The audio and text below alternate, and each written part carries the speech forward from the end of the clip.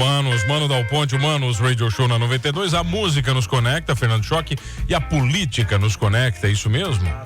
A coragem. O quê? A coragem. Coragem, por quê? A coragem. Por quê? Nosso convidado de hoje foi o primeiro candidato eleito nas eleições agora de 2022 com aqui? coragem para participar desse programa, tá? Ele, inclusive, ele seria o terceiro ou quarto. Tá. Até chegar nele, todo mundo foi cancelando. Lembrei que a minha avó vai trocar de faixa no jiu-jitsu. Tá, os caras estão falando teve deputado aqui, bem no dia que eu boto meu peixe no pet shop pra fazer o banho tosa. Tá. Começou, foi filtrando. Quem tá aqui hoje? Então a gente trouxe aí o Thiago Zilli, ex-prefeito, ex-vice-prefeito, empresário, cunhado de gente importante. Então é um cara... tá bem referenciado para estar entre nós aí, deputado eleito, agora, 33 mil votos, 33 mil votos pelo MDB, eleito aqui principalmente, né, pela região da MESC. Thiago, que prazer receber, deputado. Como é que tá? Tudo bem? Mano, tudo bem? Choque, Fernando, a Helene que tá aqui, o Estopassoli. Tu não tinha me falado que eu fui o único que aceitei, hein? Já posso desistir? Não foi o único que aceitou, foi o único que não desistiu. Outros tinham aceitado. Aceitar, muitos aceitaram. O senhor foi o único que não desistiu até o momento. Ô, Thiago, onde é que entra a verdade na política agora, já que os outros acertaram, falaram que vinham e não vieram? Mano, eu posso Como é que você enxerga isso? Eu posso dizer que assim, todo mundo quer falar a verdade. É que às vezes as pessoas cobram muito, né? E às vezes na campanha, não é que tu é obrigado a mentir, não é essa a palavra, mas tu é obrigado a se adequar a algumas coisas, né? Então, a verdade, ela entra em todos os lugares, ela não muda. Né? Tá, mas existem duas verdades que te acompanham todos os dias. A verdade do empresário e a verdade do político. Perfeito. São muito diferentes. Perfeito. Né? Mas eu sempre me criei dizendo assim que as pessoas de bem têm que se envolver na política. Isso todo mundo diz, mas poucos colocam a cara para se dar a sua contribuição. Então eu acredito nisso. Acredito que nós temos que passar por um processo de maturação. As pessoas precisam entender que a política, ela faz parte da tua vida, né? E eu vou dizer para ti, eu aprendi uma coisa muito importante nessa eleição aqui, né? Porque eu saí da prefeitura de Turvo no final de 2020, que terminou o meu mandato, não quis ir à reeleição, uma opção pessoal, porque eu achei que já tinha contribuído com a minha parte, ia voltar para casa e me convidaram para colocar o nome. E aí vou dizer pra ti, mano, né? As pessoas gostam de política, elas querem falar, elas não querem mais aquela política suja, aquela coisa que as pessoas têm vergonha, a corrupção, a falsidade. Hoje elas estão informadas, tá aqui na mão, na palma da mão. Então elas gostam de política, gostam bastante. De 2018 para cá a gente ouviu falar muito sobre o termo da política foi a nova política, né? Todo mundo estava querendo vender essa nova política e se faziam as campanhas para o legislativo, principalmente para o Congresso e para a Assembleia, a gente viu muita gente se apresentando como um nome novo. Perfeito. Esses mesmos nomes novos de 2018 se candidataram de novo em 2022, já não são mais novos. Então, a gente percebe que a política não se faz com nomes novos, mas com ideias novas, né? E muitas vezes é importante a gente ter alguém que tenha já essa expertise de ter feito a administração de uma grande empresa, aí com 18 lojas, que tem a rede das lojas Adelino, e também a própria campanha, o próprio mandato, né? Te traz hoje para essa ideia de trazer uma renovação na Assembleia Legislativa, imagino eu, né? Fernando, eu acho que assim, todo mundo tem alguma coisa para contribuir, todo mundo tem um pouco da experiência. Eu sempre usei isso até na campanha, eu dizia assim, eu conheço os dois lados do balcão. Eu sei o que tu é acordar de manhã, tu tem uma empresa e tu tem que lutar pelo salário dos funcionários, tu tem que ser amigo deles, tu tem que lutar contra a concorrência. A concorrência é uma coisa forte, ela tá ali na tua frente, tu concorre com o mundo inteiro. Hoje o consumidor tem o preço nosso aqui, tem o preço que produz lá fora, tu concorre com os preços lá de fora, pagando uma alta carga tributária aqui. Às vezes as pessoas pensam assim, é fácil tu empreender, o empresário ele é ganancioso, ele quer só o lucro. Não, ele quer progredir, ele quer prosperar. Eu sei o que é isso, a burocracia, que eu acho que é um dos piores cânceres que a gente tem. Tudo é travado, tudo demora para acontecer. Na tua vida privada, tu resolve hoje, amanhã tu já bota em funcionamento o teu plano. Na iniciativa pública, aí tu precisa de uma série de conversas, tu precisa ter orçamento, precisa de aprovação. Então, eu acho que isso contribuiu bastante. Eu conhecia... Aliança. Construir aliança. Perfeito. Agora, mas Thiago, olha só. Enquanto prefeito, né, eu imagino que muitas vezes, e aí não é pejorativo o que eu vou falar, você teve que pedir pinico para deputado. Perfeito. Né, porque é inevitável. Tá. Né, você precisa coletar. Agora você vai pro outro lado. Tá. Você é o cara que enche o pinico. Entendeu? Agora, como é que você enxerga isso? É uma evolução natural ser prefeito e ser deputado? São mundos muito distintos? Posso dizer, mano, que assim, quando tu conhece os dois lados, tu começa a te colocar no lugar do outro também. Eu passei por essa fase. Eu tive lá na prefeitura, eu sabia o que eu tinha que fazer. Tu quer demonstrar para a população, tu quer dar o retorno para a população. Porque ser prefeito de uma cidade, olha, às vezes as pessoas podem pensar assim, é só eu quero botar um quadro na parede, eu quero glamour. Não, quando tu terminou a eleição, no mesmo dia, tu comemora naquele dia lá, depois tu enrola as bandeiras e tu quer dar o retorno, né? Então eu aprendi isso dali, aprendi a buscar, mas eu posso dizer assim para ti, só rapidamente para entender, eu fui candidato em 2004. Em 2004 eu estava na cidade de Turvo, fazia 12 anos, né? Eu vim da cidade do Timbé e fui na cidade de Turvo. Eu nunca tinha participado de uma reunião política, Joque. Eles foram lá, me convidaram para ser candidato a prefeito e eu perguntei, rapaz, por quê? Nunca participei de uma reunião política aqui na cidade. E veio bastante empresário, comerciante e o político, o prefeito da época, sentaram na minha frente. E eles me disseram assim, Tiago, nós comerciante e empresário temos que nos envolver. Nós temos que fazer parte da decisão política do município. E nós queremos fazer parte daqui o político junto, o prefeito, né? Nós queremos que coloque junto o empresário e o político. E aquilo me encantou, Fernando. Porque as pessoas, elas assim, às vezes elas pensam assim, que tudo é fácil para acontecer. E aquele período lá, eu fui candidato, não tivemos sucesso na primeira eleição, mas eu também não desisti, daí eu fui me preparar para ser. Em 2008, 4 anos depois, e nós perdemos a eleição com 196 votos. Caralho. Uma diferença pequena, né? E 4 anos depois eu disse, não quero ser candidato ainda, eu não estou preparado, eu tenho que me preparar, porque agora eu conheço um pouco da vida das pessoas. Eu saí de trás do balcão, que eu atendia as pessoas, eu ia no bairro das pessoas, ou na festa, ou no aniversário, ou no futebol, mas eu não ia com um olhar político. Quando eu fui candidato, eu fui ver a vida das pessoas. Aí eu tirei o tempo para isso, e daí eu disse, eu vou me preparar.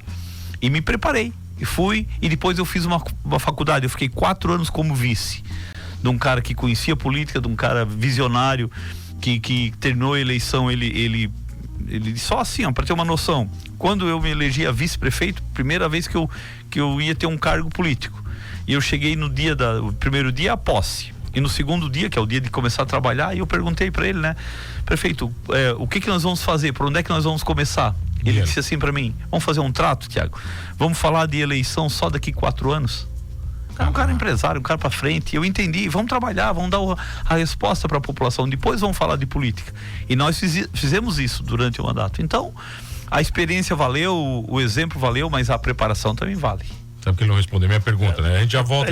Quem que tá aqui? Tiago Zilli. Tiago Zilli, deputado estadual eleito aqui pelo estado de Santa Catarina. Depois de entrar em entrevista, será que ele volta aqui ou não? Ele volta. Ele volta, já vi que volta, mas aí tem que falar com quem manda, né? Tá bom, a gente já volta aqui no Manos Radio Show com ele, deputado eleito. Aqui, nosso 33 mil votos. Coisa linda. Quase você, né, Choque? Foi pouco mais. Mas nós vamos conversar aqui no intervalo e vou aprender como é que faz.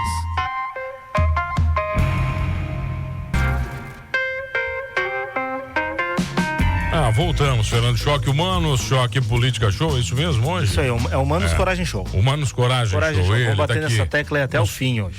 Pra ver se os outros vêm? Vamos ver. Você acha que alguém? Eu acho que as pessoas não estão vindo porque não gostam de ti, Fernando Choque. Não, eles vão ver só. Eles vão? Se eles não vierem. Quem você trouxe? Hoje eu trouxe Tiago Zilli, mas esse pessoal que tá furando aí, eu vou começar a divulgar os nomes logo também. Depois também? Eles agendar essas Você vai fazer uma lista então? Vou começar a fazer minha lista. Vou fazer minha lista e vou divulgar nos grupos de WhatsApp tudo aí. Deputado eleito, é isso? Hoje a gente tá com o deputado eleito Tiago Zilli. Eu tenho uma pergunta já pro Tiago. Tiago, a gente ouviu aí um pouco da tua história política no primeiro bloco dessa entrevista, né? Você começou em 2004 perdendo uma eleição, começou de uma forma que ninguém quer começar, né? Em 2008 coordena uma campanha aqui vencedora. Em 2012 entra como vice-prefeito, não era o protagonista da eleição. Em 2016 você foi eleito fazendo 4.800 votos. Como é que faz agora para concorrer em 2022? Você não trabalha mais com um universo de 10, 15 mil eleitores, menos de 10 mil, né? Eleitores como são os eleitores da cidade de Turvo. Como é que faz para multiplicar 4 mil votos e ser o vencedor, para agora precisar fazer 30 mil votos para conseguir assumir uma das 40 vagas da LESC? Fernando, posso dizer para ti, é a primeira pessoa que me faz essa pergunta aí. Eu já me fiz essa pergunta e vou te responder hoje. Aquela derrota lá em 2004 me ensinou bastante coisa. É muito melhor a gente aprender na vitória, né? Mas tu aprende na derrota também. Eu aprendi que eu tinha que me preparar, que se eu pegasse o compromisso eu tinha que conhecer a causa, eu tinha que saber. Se tu me perguntar assim, tu te programou para ser candidato? Não, a vida foi levando, as coisas foram acontecendo. Quando eu ia voltar para casa, que terminou o mandato em 2020, daí eu fui convidado para ser candidato. Só para te ter uma noção, 1 ano antes de eu encerrar o meu mandato, eu fui na rádio e disse para a população, eu não vou à reeleição, por isso, cumpri meu papel, já fiz, eu fui 1 ano antes. Eu recebi uma ligação do diretório estadual do MDB de Florianópolis dizendo, tu tem que ir à reeleição, nós estamos pensando que tu ia ser candidato a deputado estadual, e se tu não for à reeleição, tu tá fora, tu tem que estar na mídia, tu tem que estar... Eu disse, então eu tô fora, não é projeto, eu não vou usar a prefeitura para fazer um trampolim, não vai ser bacana para a cidade. E não, então tô fora, não pensava mais nisso. Quando saí, eles me convidaram de novo, aí a pessoa me disse assim, tu acha que tu fez programado, né? Porque eu acho que agora foi melhor tu não ter ido. Tudo planejado, assim. Tudo planejado. 10 anos de planejamento. Exatamente, assim, não existe, né? Então foi assim, como é que eu consegui multiplicar? Porque eu sabia do compromisso, eu sabia que eu tinha que partir de 4 mil para mais de 30 mil votos, né? E como é que eu ia conseguir isso? Se eu conversasse com as pessoas. Aí eu fiz uma pesquisa no início de 2021, mas não pesquisa de voto, uma pesquisa qualitativa. Ver o que a população queria, o que ela esperava desses novos políticos, qual era a ansiedade. E eu não fiz essa pergunta. O cara da pesquisa que fez, o grau de conhecimento do Thiago Zilli. Quando perguntava assim, Thiago, prefeito de Turvo, aí tinha um conhecimento. Thiago da Lourdes Adelino, subia lá em cima. Mudava totalmente. Né? Eu vou te dar um número, claro, na cidade de Turvo, 80 e poucos % da população dizia, não, conheço, lido com ele, né, pessoalmente. Aí quando saía do entorno dali, de Turvo, vou dar um exemplo, por exemplo assim, em Balneário Gaivota, 1,7% da população me conhecia. Caraca. O Sombrio, 3,8%. Passo de Torres, 1%, né? Claro, porque daí... a gente não tá indo muito longe de Turvo, né? Isso, não tão longe de Turvo. Das pessoas, tu olha só, do conhecimento. Aí perguntava, Thiago Lourdes Adelino, aí subia. Então eu disse, não, então eu tenho que fazer um planejamento. Eu tenho que ser conhecido lá na Gaivota, eu tenho que ser conhecido aqui em Criciúma. A minha família, minha origem daqui, meu nono morou aqui. Né? Eu tinha que voltar para cá, porque antes eu cuidava da prefeitura. E eu fui me preparar, Fernando. Fui e fiquei 1 ano e 6 meses todos os dias fazendo reunião, conversando, fazendo uma política bacana assim, trazendo as pessoas em casa lá em Turvo, indo lá. Vou te dar um exemplo, eu comecei lá em Passo de Torres, porque o ex-prefeito lá de Passo de Torres me ajudou, saiu comigo nesse 1 ano e meio. Fizemos uma reunião com os pescadores, lá assim, batendo um papo no bar, conversando com ele, com o Chico, o pescador. Aí ele me contou, Thiago, né, se tu chegar a deputado estadual, nós aqui temos um problema. Ele disse, nós botamos 35 a 40 toneladas de gelo dentro de um barco, 4 toneladas de óleo diesel. Fizemos um rancho lá, gastamos em torno de 8 a 10 mil reais para ficar 30 dias pescando. Vamos no mar, enchemos o barco de peixe, quando chegamos aqui em Passo de Torres, o barco tá pesado, bate na areia embaixo e não entra. Caraca. Nós temos que ir lá para Laguna, que tem o frigorífico, ou Porto do Rio Grande. Olha o custo disso, né? Olha o custo disso. Nós queremos vir para cá. Tu ajuda a desassorear o rio? É a realidade deles, Fernando. Eu fui lá conhecer, eu não fui lá pedir voto, eu estava lá conversando da vida das pessoas. Problema muito específico, né, Thiago? Todo muito mundo específico. tem a sua... o balonismo lá de Praia Grande, que está se tornando um evento e vai se tornar uma região que é Geoparque, né? Eles têm problema de infraestrutura, eles têm problema que as fábricas lá de costura, as madeireiras estão perdendo mão de obra, porque as pessoas contratam as pessoas para trabalhar do balonismo, 2 dias, 3 dias, pagam lá 150, 200 reais para a pessoa trabalhar, perde o funcionário, né? Então eles disseram, ajuda a gente a regular isso para desenvolver o turismo, mas também a gente poder trabalhar. Então cada um tinha a Gaivota, o Passo de Torres, o Sombrio, o Morro dos Conventos, eles precisam do segundo acesso. Chega no verão, tranca tudo. Aqui conseguimos o segundo acesso para Balneário Rincão, né? E eu acho que merece, Criciúma, uma região, é a nossa região. O prefeito Jair fazendo um grande trabalho de turismo, precisa, mas nós precisamos lá no Morro dos Conventos desenvolver também. Então eu me preparei para isso, Fernando. Eu conheci as pessoas, eu conheci lideranças, eu vivi o problema deles e eles acreditaram, porque eu não tinha mandato, estava fora da prefeitura, eu não tinha gabinete, não fiz uma campanha como deputado estadual, eu comecei do zero, nem os 4.800 votos eu não contava. Não tinha nada, né? Ô Thiago, agora trazendo para a realidade bem atual. Não, antes que o Turvo não me interessa mais. Então vamos lá então. Eu quero saber Brasil, Turvo já foi, entendeu? O Turvo não, ninguém mais quer saber do Turvo. Você é do PMDB, Tá. Existe uma corrente, uma teoria de conspiração muito forte. Hoje, 4 de outubro, é isso? 4 de novembro. 4 de novembro, nós estamos no meio dessa efervescência pós-eleição. E existe uma corrente, uma teoria da conspiração, diz que o PMDB é responsável pela soltura do Lula. PMDB e o PSDB, né? Os dois ali que estão, né? O Lula é a marionete dos dois partidos. Como é que você, do PMDB, vê isso? Sabe assim, o que você tem de informação que nós não temos? Mano, eu posso te responder assim, vou ser bem sincero, tá? Todos os partidos, todos eles têm problemas. Partidos grandes têm problema. Eu acho que quando veio aquela história da nova política, vamos falar a verdade, do nosso partido, né? Lá em cima, o Renan Calheiros, né? A gente não aceitava mais aquele tipo de coronelismo, aquele tipo, né? O próprio Sarney, que não era do nosso partido, veio e começou a mandar, eles tinham o poder do partido. Nós não podíamos, que eu digo, a militância não podia, mas eu penso assim, né?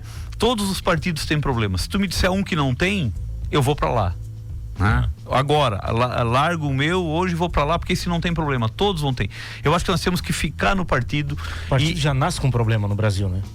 Então, também, não tinha pensado nisso. Entre a coleta de assinatura, a coleta de assinatura e a implementação do partido na sigla, já deu problema no meio. Então eu acho que nós podemos ficar no partido, podemos arrumar os erros, aprender com o que aconteceu e tornar os partidos fortes.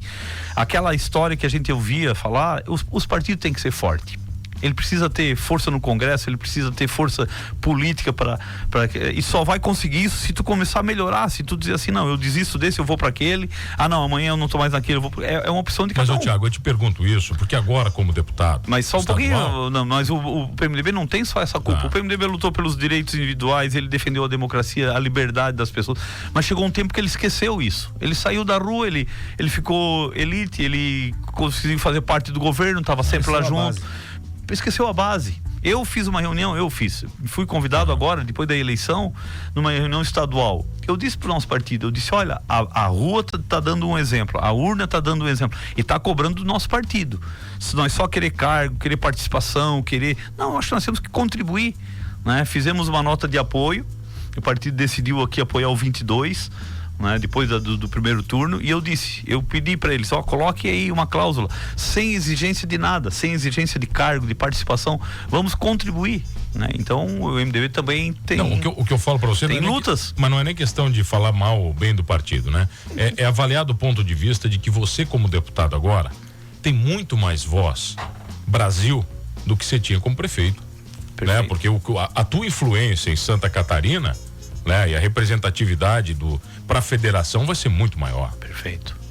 Eu acho que essa responsabilidade que eu falo, sabe? É esse entendimento seu agora de que, eu já eu não ocupo a cadeira que eu ocupava, né? Certo. Agora eu senti isso, né, mano, depois da eleição, claro que a opinião da gente é importante, mas tu representa uma região, que te deu essa oportunidade e também começou a pesar. Eu digo, o que eu falar agora, o que eu pensar, eu tenho que representar as pessoas que estão em torno, né?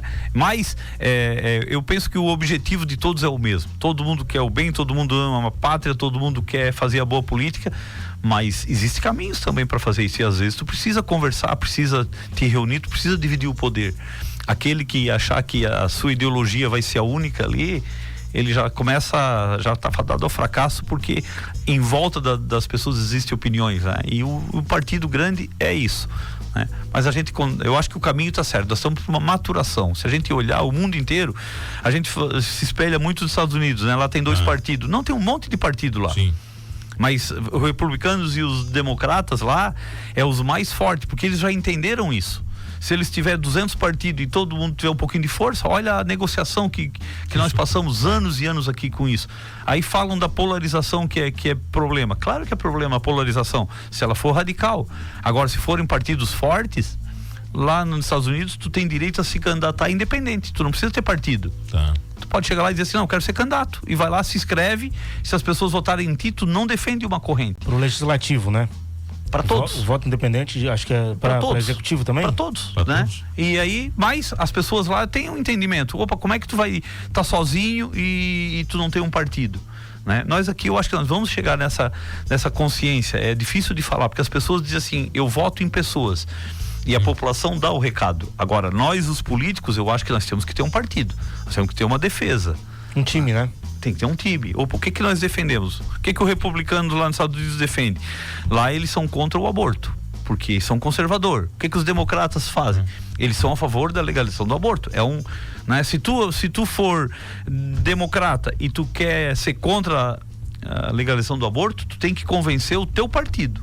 Se o teu partido fechar a questão que vai defender, tu tá ali, tu tens que defender aquela ideologia. E por um lado eles estão certos. Briga dentro do teu partido para tua voz ser ouvida, convence, diz que é a melhor opção. Eu acho que nós vamos chegar nesse caminho. Deputado, esperamos que você faça um grande mandato. É isso que a gente espera. Poxa, e que volte, né? Os microfones estão abertos para você. Que bom. Agora, primeiro que veio o Fernando Choque aqui, a casa é dele. Isso aí. Beleza? A casa é dele. Quando precisar, só mandar o pessoal me ligar aí que nossa, o espaço tá garantido. A Helene que manda, você tem que falar direto com ela. Deputado, obrigado. Olha, muito obrigado, fiquei muito contente. Eu quero desejar um abraço para todos que estão ouvindo, que Deus abençoe o nosso país, que abençoe as nossas famílias, que a gente se dê bem, né? E passar essa fase, e vamos trabalhar, que o Brasil tem que dar certo, né? É isso mesmo, Fernando Choque. O Brasil tem que dar certo? Já deu, né? Vai dar certo. Vai dar certo? Vai dar certo. Só espera que nós vamos voltar para os trilhos logo. Vai dar então. Obrigado, Fernando Choque. Obrigado a você que está comigo todas as tardes aqui no Manos Radio Show. E não esqueça de uma coisa. Somos todos humanos. Somos todos humanos. Mesmo sem coragem.